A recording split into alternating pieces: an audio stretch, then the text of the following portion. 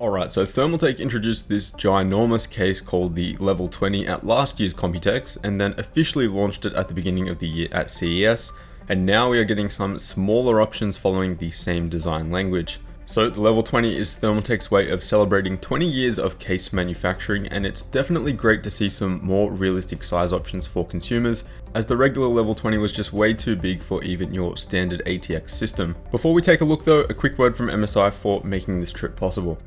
Game without compromise thanks to MSI and Intel. For a limited time, purchase any selected MSI Intel-based motherboards and gaming desktops and get a free game pack worth up to $180. With titles such as Warhammer Vermintide 2 and X-Morph on offer, you can't go wrong. Check out the description below to learn more.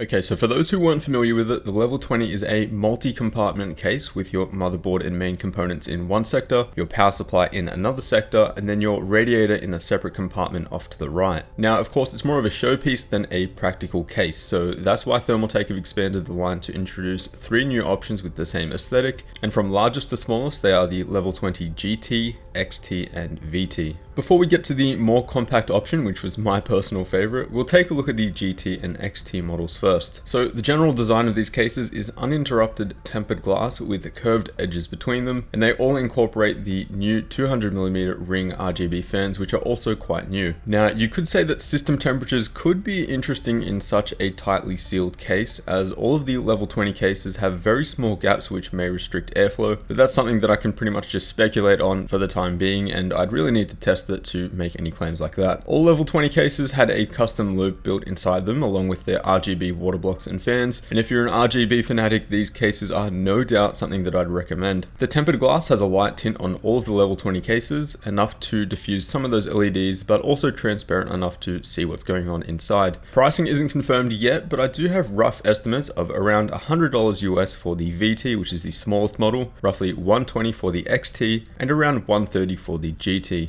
The GT and XT, as you can tell, are both designed for large ATX systems, but more specifically a system with a custom loop and plenty of RGB lighting so that you can show off. They all follow a compartment style layout on the interior as well. So for example, with the XT here, you can see a bottom mounted radiator which is separate from the main compartment above, and the VT trades this for a power supply compartment instead by the looks of it. Okay, so now onto the VT. You guys know I love my compact systems, so when I saw this one on display, I knew I wanted to take a closer look. The 200mm RGB fans come pre-installed with this one at least. The motherboard layout is horizontal, which means that your GPU will be in a more visible vertical orientation by default, and airflow design does look to be a bit limiting, but here I would argue it was a little bit better since the panels aren't flush with the rest of the case, as you see with the XT and the GT. So despite the VT being the smallest Level 20 case on display, it's still a micro ATX system, and a custom loop inside this thing definitely looks pretty sensible and dense. The system on display featured a 240mm radiator in horizontal orientation,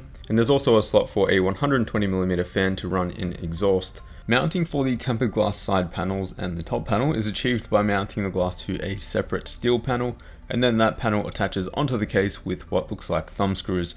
This way they're able to achieve no thumb screws on the exterior side of the glass, which seems to be the new general direction that case manufacturers are going for. I/O lines the top of the case with some fairly typical options with 2 USB 3 and 2.0 ports, with unfortunately no Type-C on this one, but you will find that over on the Level 20 GT. Overall, the expansion is definitely welcome, and I do look forward to getting my hands on one of these cases for review, preferably the VT. Since the cases have officially launched, we can expect them to hit the shelves quite soon also, so keep an eye out. Let me know what you guys think of these new cases and whether or not you're planning on picking any of these up. As always, a huge thanks for watching, and I will see you all in the next one.